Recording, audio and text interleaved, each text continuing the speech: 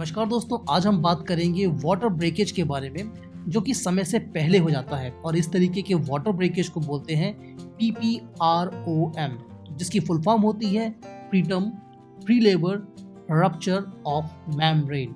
यानी कि ये वो स्थिति होती है जब आपका एमनियोटिक फ्लूइड एमनियोटिक सैक के टूटने के कारण उसमें से जो एमनियोटिक फ्लूइड होता है वो समय से पहले यानी कि 37 हफ्ते से पहले बाहर निकलना शुरू हो जाता है। तो इसे बोलते हैं अर्ली वाटर ब्रेकेज और ये एक चेतावनी वाली बात होती है। तो आज हम इस वीडियो में दोस्तों सब कुछ जानेंगे PPROM के बारे में। तो दोस्तों इस फोटो को आप देख रहे होंगे और आप जैसे देख सकते हैं कि 37 वीक्स से पहले की मैं बात कर रहा हूँ और 37 वीक्स का मतलब होता है कि आपका 8वां महीना कंप्लीट होने से पहले तक की बात। और मोस्टली अगर 8वें महीने का ये चित्र है जिसमें आप देख सकते हैं कि बच्चे की जो स्थिति है इस समय पे बच्चे ने अपना सर पेल्विस में फिक्स कर लिया है। और आप देख सकते हैं जो ये ऑरेंज वाला जो बाहर की बाउंड्री है ये है एमनियोटिक सैक का मेम्ब्रेन या उसकी भारी त्वचा, और जो अंदर जो नीला रंग का जो आप देख रहे हैं ये है एमनियोटिक फ्लूइड।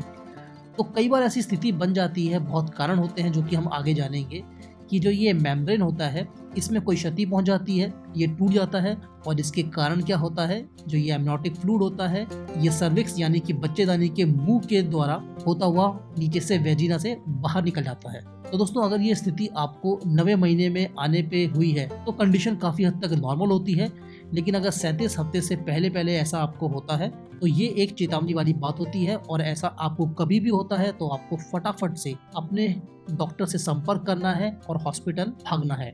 वैसे तो ये समस्या बहुत कम मामलों में होती है, तकरीबन 5% प्रेगनेंसी में ही ऐसे केसेस देखे जाते हैं, लेकिन कभी भी ऐसा हो तो आपको सचेत रहना है। आइए अब जानते हैं कि PPROM के क्या क्या रीजंस होते हैं।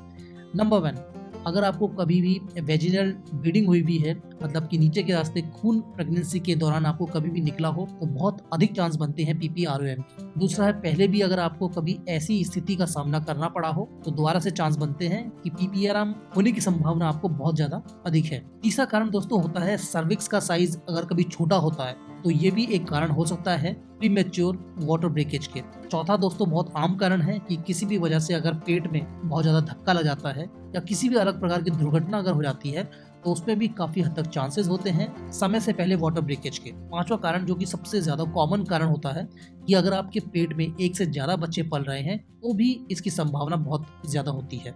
छठा कारण होता है दोस्तों कि अगर आपका एमनियोटिक फ्लूइड का लेवल बहुत ज्यादा है, जिसे कि हम बोलते हैं पॉलीहाइड्रोमनियोस, तो ऐसी स्थिति में भी एमनियोटिक सैक के ऊपर बहुत प्रेशर पड़ता है और जिसके कारण भी एमनियोटिक सैक कहीं से टूट सकता है। तो दोस्तों ये कुछ कारण हो सकते हैं जिसके कारण आपको ये समस्या आ सकती है।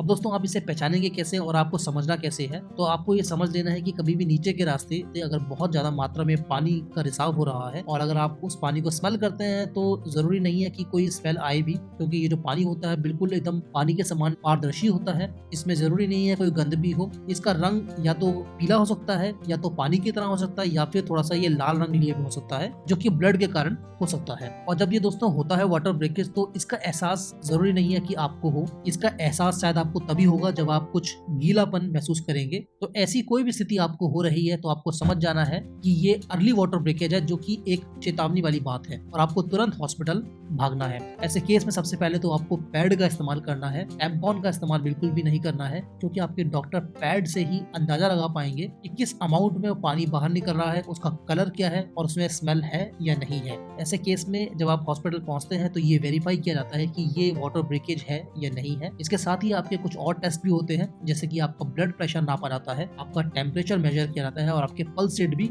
देखी जाती है। साथ ही साथ में बच्चे की हार्ट बीट भी चेक की जाती है और आपका यूरिन टेस्ट भी होता है, ताकि ये पता लगाया जा सके कि कहीं आपको किसी भी प्रकार का यूरिन इन्फेक्शन तो नहीं है। तो दोस्तों अगर पता लग जाता है कि आपको वाटर ब्रेकेज ही हुआ है और ये एक अर्ली वाटर ब्रेकेज है, यानी कि अभी आपको 37 हफ्ते नहीं हुए थे और उससे पहले ही आपका वाटर ब्रेकेज हो गया है, तो फिर आपको हॉस्पिटल में ही डॉक्टर्स की निगरानी में रखा जाएगा। आपके बच्चे की भी सही तरीके से मॉनिटरिंग होगी, हार्ट बीट दोनों की समय समय पे चेक की जाएगी, इन्फेक्शंस बच्चे को ना हो, क्योंकि जो पानी एमनियोटिक सैक में होता है वो तो निकल गया होता है। अब आपको एंटीबायोटिक्स दिए जाते हैं ताकि बच्चे को किसी भी प्रकार के इन्फेक्शन ना हो, क्योंकि जो ये पानी होता है यही बच्चे को इन्फेक्शन से बचाता है और जो अब काफी अच्छी मात्रा में बाहर निकल आया है। तो आपको एंटीबायोटिक्स दिए रहेंगे, आपके टेम्परेचर को नापा जाएगा समय समय पे और आपके ब्लड प्रेशर को भी देखा जाएगा। मेन मोटिव यहाँ पे ये होता है कि किसी तरीके से इन्फेक्शन से बच्चे को बचाया जा सके और आपका थोड़ा सा टाइम बढ़ाया जा सके। जो जैसे कि ये 37 हफ्ते हुआ था, तो किसी तरीके से आपको 9th मंथ के ऊपर जंप कराया जा सके, क्योंकि बच्चे की अभी डेवलपमेंट चल रही है, उसके लंग्स का विकास हो रहा है, उसके ब्रेन का विकास हो रहा है। तो ये सब सही तरीके से हो जाए, 8वां महीना निकल जाए, 9वें महीने में फिर बच्चे को निकालने की प्रक्रिया करी जाती है। लेकिन कुछ केसेस में कई बार इन्फेक्शन हो चुका होता है और उस समय पे कोई चारा नहीं होता है, बच्चे को तुरंत बाहर भी निकाला जा सकता है ताकि बच्चे को और किसी प्रकार का कोई भी खतरा ना हो। वहीं पे अगर आप ऐसे किसी भी केस में हॉस्पिटल पहुंचते हैं और वहां जाके ये पता चलता है कि आपको वाटर ब्रेकेज नहीं हुआ है, तो आपको तुरंत ही घर वापस भेज दिया जाएगा, या फिर आपको उस केस में भी घर वापस भेज दिया जाएगा जब आपका वाटर ब्रेकेज तो हुआ है लेकिन बहुत ज़्यादा मात्रा में नहीं हुआ है। लेकिन आपको हर केस में संभल के रहना है। अगर आपको ज़्यादा वाटर ब्रेकेज नहीं हुआ है तो आपको इस बात को मॉनिटर करते रहना है, क्योंकि आगे संभावना बनी रहती है कि आपका वाटर ब्रेकेज हो सकता है। वाटर ब्रेकेज दोस्तों कभी भी होता है, किसी भी हफ्ते में होता है, चाहे 37 वीक्स में हो या उससे पहले हो या उससे बाद हो, आपको तुरंत अपने डॉक्टर से संपर्क करना चाहिए। दोस्तों ये थी पूरी की पूरी बात अर्ली वाटर ब्रेकेज की, जिसे हम बोलते हैं PPROM, preterm pre labour fracture of the membrane. तो आशा करता हूँ कि आपको ये जानकारी अच्छी लगी होगी। अगर आपको ये इन्फॉर्मेशन पसंद आई हो तो लाइक अवश्य करें, चैनल में नए हैं तो सब्सक्राइब करें और बेल आइकन दबाएं। मिलते हैं अगली वीडियो में, तब तक के लिए नमस्कार।